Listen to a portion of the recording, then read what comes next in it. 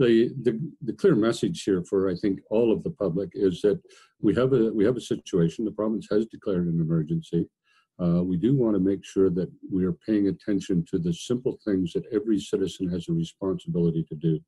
And that's, give yourself space around other people. The recommended, 6 feet to 2 meters is what public health is telling us to do. So make sure you stay that far apart from people.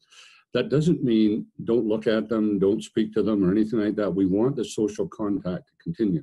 So whether that's by the electronic method that you and I are using right now, or whether that's, saying hello from across the sidewalk, we want those kind of things to continue. They're good for mental health.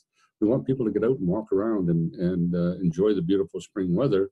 Just don't do it in groups. We don't want the transmission of the disease to pass from person to person. So that's one thing. The other one, and it seems so simple that people just kind of forget about it, is always wash your hands. And, it becomes so every day to us that we sometimes forget how important that it is.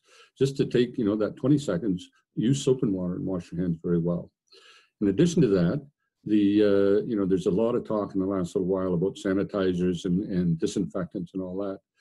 Public health tells us that, probably to take care of this on any surface, a solution of 1 part bleach and 60 parts water. So 1 part, 1 cup or 1 teaspoon of bleach and 60 teaspoons of water will effectively wipe out the virus. It's not hard to kill. It's just that it's fairly pervasive and spreads very easily. So we think there's simple things like that. The old, make sure you cough into your elbow. If you're feeling sick, stay at home. Don't spread it around. Those are the kind of messages we want all of our citizens to pay attention to, and that we'll get through this. This is not an issue that there isn't an end to. It's just we can't see the end. It's somewhere over the horizon at the moment, but we'll get there.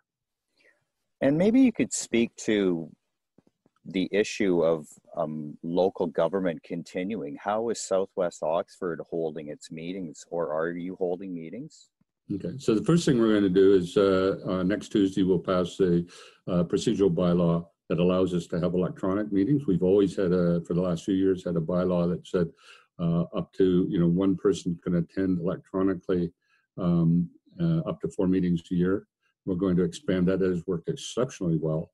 We're now going to expand it so all of council can attend electronically so that we don't put each other in jeopardy. We'll be starting that, on the first meeting in April 7th, I believe. And then after that, we'll be looking at having meetings instead of twice a month. We'll just have meetings probably once a month into the summer, and we'll see, at what point the things kind of get back to normal. In addition, we'll be having half of our staff work from home 1 week and half of our staff work from the office or out in the public the following week. The idea being that if you can keep the staff sort of separated to a certain extent so that they, there's no chance of cross-contamination, that sort of thing, that's what we want to do. And in today's day and age, the amount of work you can do from your home computer, or at least have access to all of the work, particularly things in Treasury, the clerk's department, all that. It's a huge amount of work that you can actually do from home. So there's no point in, sort of going to work and taking any chances, if you can, of contacting the virus by, just sort of being out and about. If we can prevent that, we certainly want to. We realize that we're fortunate in Southwest Oxford. We have a non-union shop. Our staff have traditionally been very flexible, very willing to work kind of give and take with council to deliver the services. And as of yet, we're able to deliver all services. If somewhat constrained, certainly all services can be delivered in one form or another. Thank you very much for your time, Mr. Mayberry.